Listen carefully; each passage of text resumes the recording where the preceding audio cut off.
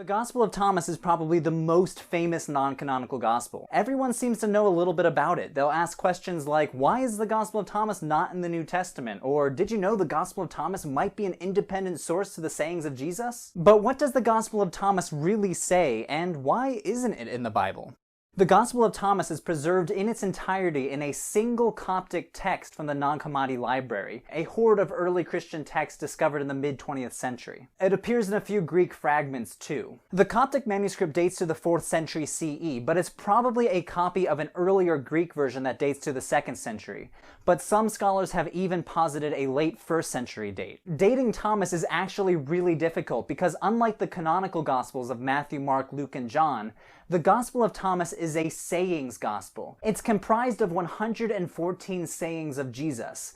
No narratives, no sermons, just short sayings. So presumably editors could have added to the text throughout its composition. In fact, one scholar, April DeConnick, argues that the Gospel of Thomas underwent several layers of composition, starting as a kernel of Aramaic Jesus sayings in the mid-1st century all the way through to the 2nd century with the version that we have today. Though not all scholars agree with Dr. DeConnick. To make things simple and to avoid this debate, let's just say that the Gospel of Thomas probably was composed in Greek and dates probably between 135 CE and 200 CE, though with the added possibility that some sayings might date all the way back to the historical Jesus and some of them might have been in Aramaic. Now, a lot of people think of the Gospel of Thomas as a Gnostic gospel. In an earlier video, I say why this assumption is a lot more complex than what you think. The Gospel of Thomas actually lacks a lot of Gnostic features. There is no mention of an evil demiurge, there's no mention of eons or archons like what we see in the Gospel of Judas.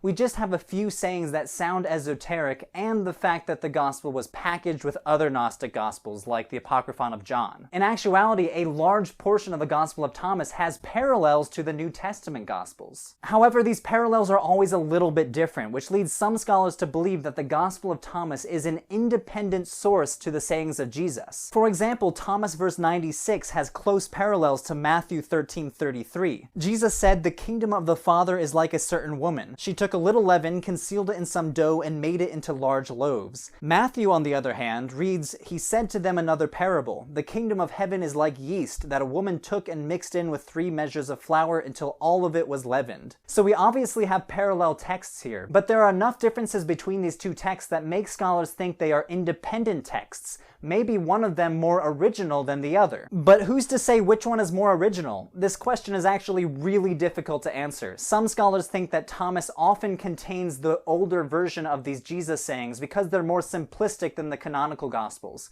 which often have very embellished parables. A good counter-argument comes from Simon Gathercole in his huge commentary on the Gospel of Thomas. He argues that the Gospel of Thomas is not independent of the canonical Gospels, and in fact, whoever compiled Thomas was probably aware of the Synoptic Gospels. In Thomas verses 13, 14, and 44, there seems to be some influence from the Gospel of Matthew, and in Thomas verses 33, 65, and 104, there seems to be influence from the Gospel of Luke. Furthermore, he argues since the Gospel of Thomas dates to the 2nd century and is far removed from Jesus' life, and since the Gospel of Thomas lacks specific details about 1st century Palestine, he concludes that it doesn't tell us much at all about the historical Jesus. As scholarship currently stands, and with the primary sources that are available to us at the present, the Gospel of Thomas can hardly be regarded as useful in the reconstruction of a historical picture of Jesus. So at this point in the debate, we should just admit, yeah, some of the sayings are very ancient, and some of them might date back to the historical Jesus himself.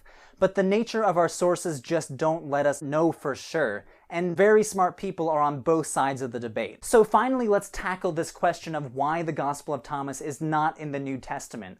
Some people would say, well, since there's so much overlap between the Synoptic Gospels and the Gospel of Thomas, why is it not in the fold? It seems to belong there. Now, the canonization of the New Testament is extremely complex, but there are a few factors that we can consider to help answer this question. First of all, there seems to have been a lot of resistance to have any more Gospels than just 4. We have evidence that the 4 Gospels circulated as as a collection very early on, even before the broader canon started to develop. For example, Papyrus 45 of the Chester Beatty Papyri contains the 4 Gospels in the Book of Acts, dating to about the 3rd century CE. So even while the Gospel of Thomas started to circulate, the 4 Gospel exclusive fan club was already starting to solidify. Moreover, there seems to have been a lot of resistance to Gospels of Thomas in general. Church authorities such as Hippolytus, Origen, Eusebius, Cyril, Didymus the Blind, Jerome, and Ambrose, all of these guys mention a Gospel of Thomas, and all of them say that they're forgeries made by heretics. Origen's quote is particularly striking. Also in circulation is the Gospel according to Thomas.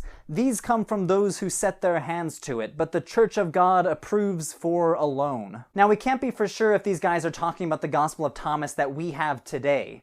After all, there were several books called Thomas. We have the Infancy Gospel of Thomas, and we have the Book of Thomas the Contender, but this is evidence that there was significant pushback against any gospel named Thomas. So these are 2 factors to consider if anyone asks why the Gospel of Thomas is not in the Bible. The 4 Gospel tradition was very early and very popular, and a lot of church authorities just rejected any Gospel of Thomas. But we should also consider that in many respects, the canonization of the New Testament was an organic process. It wasn't all top-down decrees from church authorities. Certain books gained huge popular followings and circulated more widely. Matthew, for example, is known to be one of the more popular Gospels of early Christianity. We've found the remnants of about a dozen manuscripts of Matthew that date to the 2nd and 3rd century, and 16 of the Gospel of John, but only 1 Thomas manuscript, and even then this manuscript is from the 4th century. It appears Thomas was just not as popular as other Gospels like Matthew, and therefore did not circulate as widely. Overall, the Gospel of Thomas is one of the greatest finds from the 20th century, and has greatly contributed to our understanding of early Christian textual practices and early Christianity in general. At this point though, I would say go read it for yourself. It's not that long, and you might learn something new.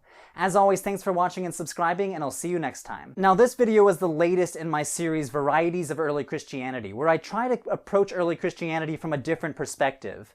Not heretics versus Orthodox Christians, but rather looking at Christianity as a complex web of competing and sometimes overlapping Christian communities. We've talked about topics like Marcion and the Gospel of Judas, but if you have any suggestions yourself, feel free to leave them in the comments below and I'll add them to the queue. And also special shout out to our patrons on Patreon who keep this channel afloat financially. You guys are a small and elite group, and I'm so thankful for you. Thanks again, and I'll see you next time.